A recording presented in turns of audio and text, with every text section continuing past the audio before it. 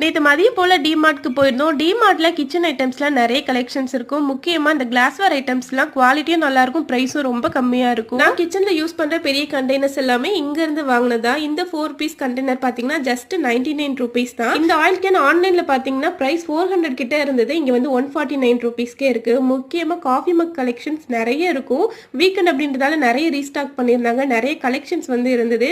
ஒவ்வொரு time DMart வரும்போது ஒவ்வொன்று வந்து வாங்கிட்டு போயிடுவேன். இந்த மாதிரி சிங்கிள் பீஸா இருக்கும். அதுக்கப்புறம் இந்த 6 பீஸ் காஃபி மக்ஸ் பார்த்தீங்கன்னா 139 ரூபீஸ் 99 ரூபீஸ்க்கும் வந்து அவைலபிளாக இருக்குது.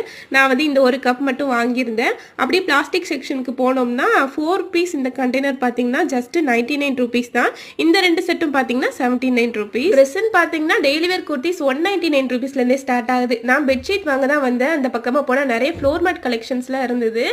கம்மியான ப்ரைஸ்லேருந்து அதிகமான ப்ரைஸ் வரைக்கும் இருக்கும். அப்போதைக்கு எனக்கு தேவைப்படலை. பெட்ஷீட் மட்டும் வாங்கிட்டு வீட்டுக்கு கிளம்பிட்டோம்.